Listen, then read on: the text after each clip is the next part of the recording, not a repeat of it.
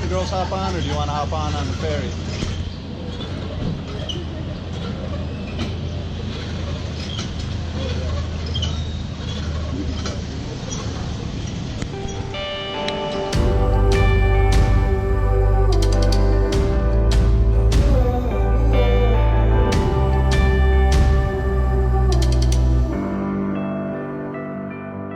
Hey everyone, welcome back to NOTIERS Frontiers Diaries. We are once again in Illinois, our home state, just on the motorcycle for a joyride. Indeed. And today we're going to be talking about our time in Belize. In the last episode we crossed into Belize and we had a great time at the Mayan ruins of Lemani.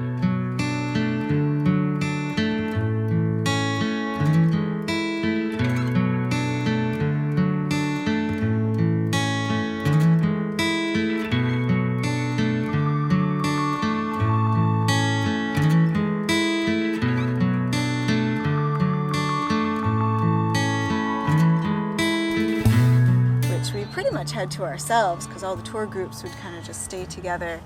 And from there, we met up with our friends again, Phil and Sepna. At the border, yeah. We figured it would be intelligent just to cross as many borders with them. If our time, we both like to travel fairly slow, which is nice. Yeah. And so it worked out just right. They went off to the perfectly. coast of Belize to go see the coast, and we went inland to see these temples. And then we met back up around San Ignacio.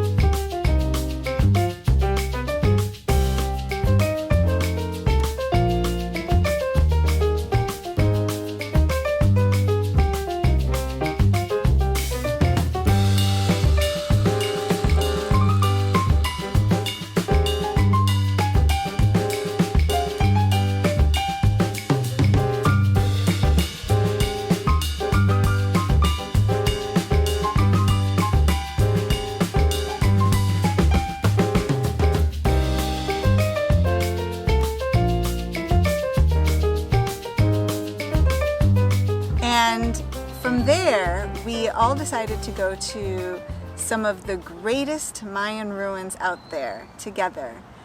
It is called Shenantinich. I call it tuna sandwich. And we'll put how it's spelled down here, and half of the people agree that it's tuna sandwich. Well, the people there said, look, we know it's really hard to pronounce, so if you really can't remember how to say it, just say tuna sandwich. And that's me. They were talking directly to me. Yes. But yes. They knew you. And is that the one where we took that little ferry across that small little... Yes. So the road there was really, really nice.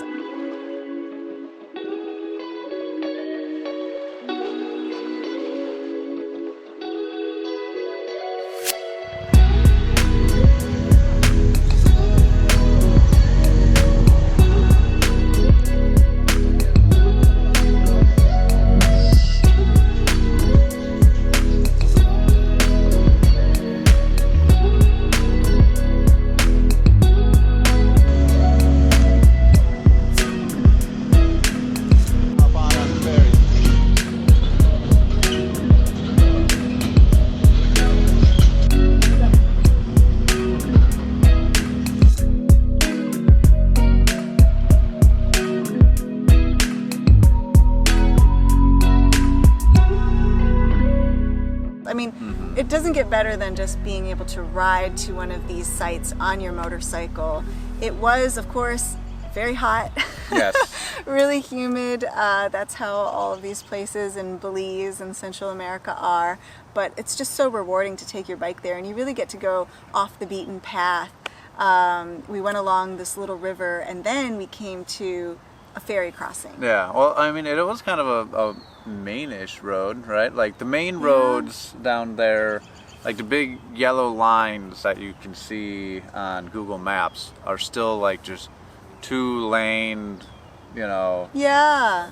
They're Not, quite nice, the roads in Belize. yeah, I mean they're nice, but they're not, you know, your 4-lane highways that you'd think. And there definitely weren't potholes everywhere, but their main thoroughways, it just kind of tricked me, just because even in Mexico, like the highway was the highway. Yes, And Mexico had some really proper highways, Yeah. I'd say. Toll roads. Mm-hmm. And that disappeared once we were in Belize. It felt very sparsely populated in comparison to its surrounding countries, which I really appreciated. You know, you had these little towns and you could just tell, oh, here's the bakery and here's the restaurant, and between it you'd have these long stretches of roads and farmlands. Yeah. So we were heading south on one of these main roads, and we wanted to go to the ruins of Shenantinich.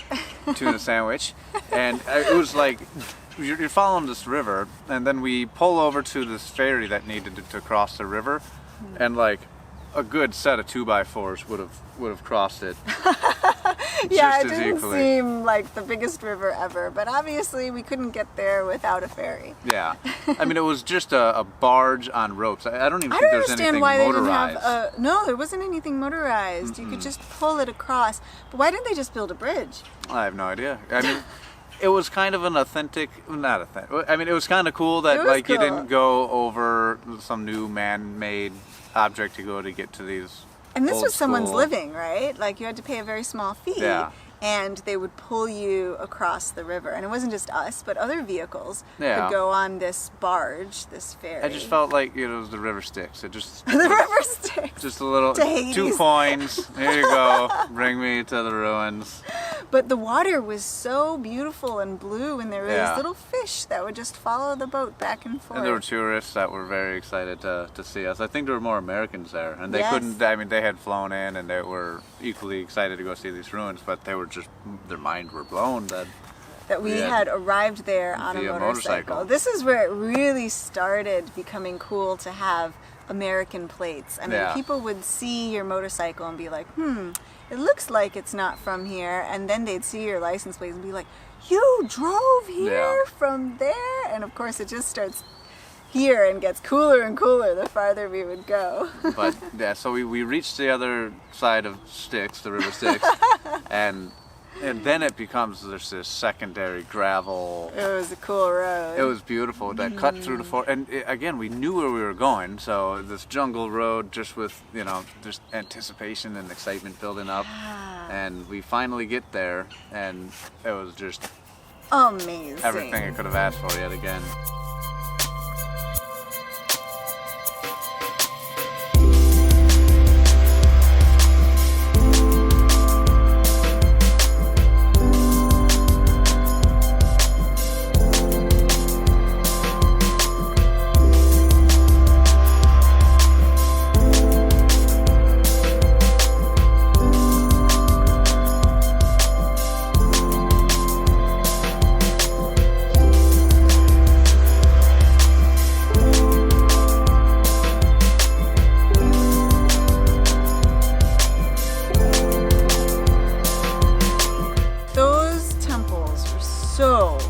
So big. I mean, probably the tallest temples. Maybe. I don't know. But they were so tall.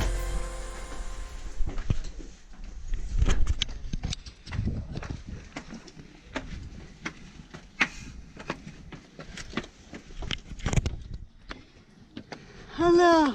I'm so afraid that they don't even put protectors. Yeah. What? Put wires instead to protect. Yeah. I am a bit afraid of AIDS. Like, okay. It is. Oh, scary.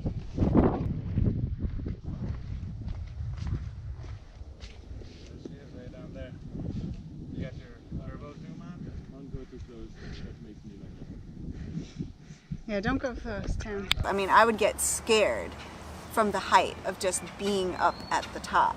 Yeah. That really, really high temple. Wow, it was It's a Milkwood snowstorm. Yes, we're having a spring snowstorm of seeds. Yes. But, I mean, you always have to think when you go to one of these sites and you're on a motorcycle, you have everything you own on that bike, and you have to leave it in some parking lot as you go explore for hours and hours. It's a little nerve-wracking. It's always in the back of your mind, and you do always worry about the bike. Yeah, I mean, I was slowly getting used to it, but definitely there is, you know, the honeymoon period of, like, leaving your bike alone. Leaving, you know, like taking a kid to a park. You're like, we don't have children, but I can only assume that, like, you know, at the very first, is helmets on, you know, very strict, you know, be careful on the teeter-totter. And then, you know, by the time I was a couple years old, my mom was like, do whatever you want, please, you know, no brain injuries. But same with the bike. Like, it was just, you have to trust in humanity, which gets easier, which sounds awful up front. So I think it gets easier with time, but at the same time, as far as our travels went, we became more and more cautious about it. Like in the States, we'd leave our bike in any old parking lot, go jump in the store, come back with groceries or whatever, and not worry about it. But, you know, Mexico, we started to think about it more. By the time we get to Africa, we're just, I mean, we don't leave the bike in any parking lot. I mean, when we were in Belize, everything is locked up as much as it possibly can. Our boots were a lot of the time snatch and grabbable and could have been stolen. But we do have soft panniers, which a lot of people say, well, you can't really lock it, but we have steel quarter straps that lock around the panniers, and so far so good. Yeah. Nobody's ever just tampered with be it. aware of you know, what people actually could steal. I don't like to saying like only leave behind what you don't care about, because it's my motorcycle. I care about my motorcycle. Everything, It's not like they're going to steal my motorcycle, but it's having faith in humanity with the addition of a little bit of street smarts and intelligence, and a little bit, all you have to do sometimes is just to thwart off people snatch and grabs is a carabiner on a piece of floss would make somebody, you know, think twice. I mean, you want to be a little bit more it's raining. Other seeds, different seeds. Oh my goodness. But yeah, just you just have to be intelligent, and of course, deterrents are good. Bad things happen to good people, and I think we all know that good things happen to bad people too. But one nice thing about this particular parking lot for these ruins, and that we were finding across Belize and Mexico, was that there would be sometimes a guard standing there, or he would just be someone who would be a part of the parking facility. Control. And if you go and talk to that person, maybe give them a tip, say, you know, hey, just watch our motorcycle. It's amazing how much people will care to take the effort to do that for you. So we did feel pretty confident that everything was fine, and everything was fine as we explored these ruins together.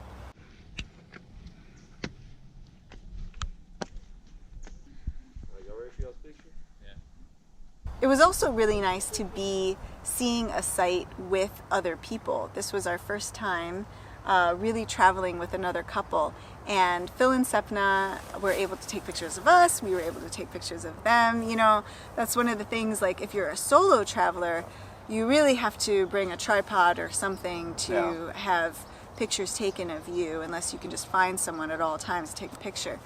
But it is nice to have company. But usually, even with us two, it's either a picture of Tim or a picture of me. Yeah.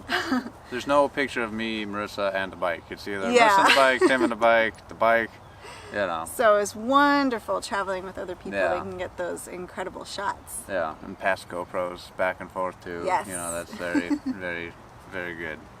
So we had a good time there, and we were staying in San Ignacio for the night.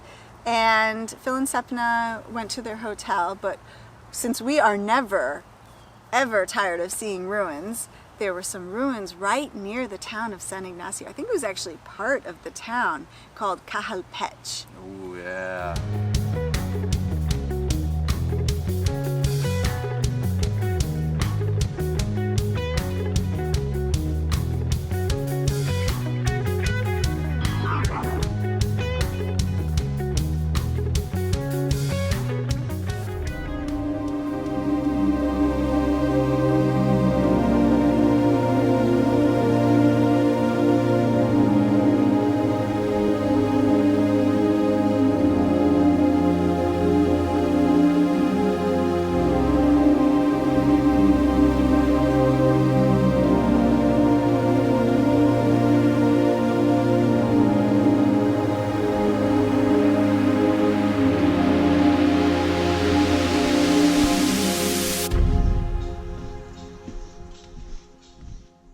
went to go visit the ruins in that afternoon, and they were so cool. There was nobody there. Nobody. It was just us, and there was like these little passageways that you could walk through between the stones, and these moss-covered steps. They were still there was a little team of local archaeologists that were excavating stuff right in front of us, which was really, really it neat. was amazing. And this one was a little bit more raw than even some of the other ones that were, raw. You mean like unexcavated, like kind of kept in its ruined state? Mm-hmm. And it was hard to tell mounds of earth versus, where there was a stone building. And I just thought, these are my favorite types, where there's that gnarly tree that grows out on the side of it. And depending on what angle you're looking at it at, you can't tell if it's man-made or nature. Definitely. The roots, just the root systems of these incredible trees. Yeah. It feels so jungly. It feels so like a lost city. And to think that this was like inside the town of just a regular town in Belize, San Ignacio, and it's basically like their town park. Yeah. You could just go there. You could walk there from your hotel. It was mind-blowing. It was one of my favorite ruins, Yes. just because it was the man-made stuff and nature were so harmlessly tied and combined together and intertwined.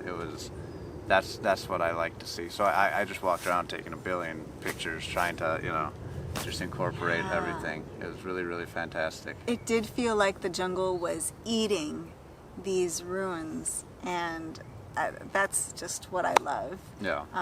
It felt so mystical there. Then the next day, we went from San Ignacio to cross the border into Guatemala. Yeah.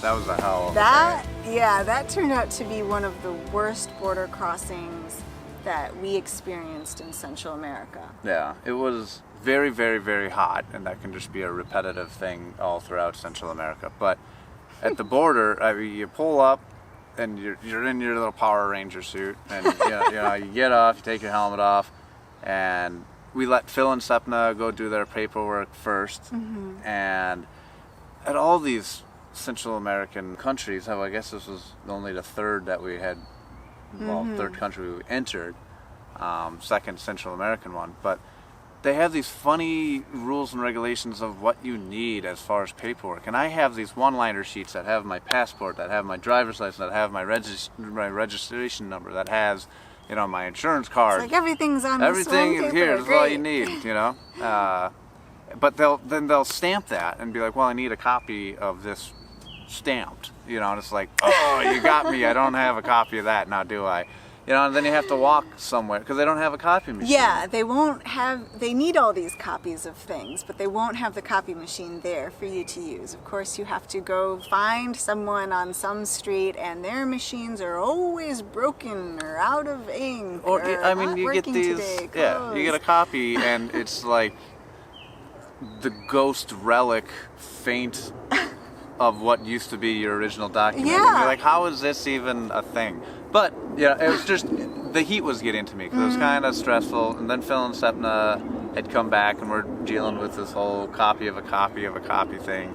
And we get back, and we're fine. It's been a couple hours now. We're just sitting in the sun, just dead heat. There's no shade anywhere. And then the electricity goes out. Right. And right when they're processing to the printer. There was just all they had to do was print it, and they had it on a wireless system. They didn't have the Ethernet cable to go from the computer to the printer, which was right next to it. And it was... But to be fair, the printer also needed electricity. Was the electricity out though? I don't know. Yeah, they weren't able to The Wi-Fi print. went down. The Wi-Fi went out. Yeah, and so they weren't able to print because they couldn't get the information to the printer. Yeah. It was just like, what is going on here? I mean, this... And I'm just melting. And I'm just like, come on, dude. We got to figure this out. These land borders are usually just truck drivers that go there. This is not a high tourist area. So the truck drivers, they can basically just live in their trucks, and they're used to just lining up on these borders. It's and crazy. just I'm waiting so it out. glad that we can pass all these trucks, or else we would still be in We'd still Guatemala be there. right now waiting. They're crazy, and it's fun just to pass them all because and there's just trucks. You're riding through just this little alleyway of trucks. And each one is, you know, you're fast forwarding into the future at least a half an hour. It's just like, oh, thank God. But but after 4 or 5 hours of just waiting heat and waiting, and I'm just sweating. I've taken off as much as I possibly could at that point in time legally, and they're all just playing on their phones, and no one cares, like, oh, and they're all happy, which is good, right? Yeah, they're very nice. I'm the only kind of pissy dude, but I'm just dying. And Phil would come back up and be like, "What is the problem? What is taking so long?" They'd already gone I was through like, the whole "Guys, thing. you can just go. Like, we all don't please have don't to have die to wait at for this oasis in time." You know, but they were very nice, and they said, "We're not. Of course, they we're not stuck with leaving us. you behind." That was very nice. That was a huge sacrifice because it was so hot. It was insanely hot. Yeah. And there's nothing there. It's not like, oh, go hang out at a restaurant, or there's a place with air Or conditioning. shade. No. It was just like we were there so long that like plastic bags and chip bags and garbage were like collecting on the side of our motorcycle wheels and then melting. It was just it was just not. I was getting very concerned. Like, you keep your phone as your GPS on the motorcycle, and if it's in the sun, I mean, even if it's off, it's just roasting in that sun, or anything. Like, you've got your camera, it's roasting no matter where it is. You just have to cover things with our jackets. Speaking of roasting in the sun. Yeah. There, I think that's better. So it took us, I'd say 4 or 5 hours to get through that border, which to African standards is pretty normal, but at the time this was our 3rd border crossing. Yeah, Mexico was a breeze. Mexico was a breeze, almost too much, so we needed more paperwork than they could offer us. And crossing into Belize was also fairly easy, but Guatemala, that was a very difficult border just because of the technical issues. And the technical issues. It Yes. was just an accumulation of, Yes. But finally, we made it through, and we made it into Guatemala.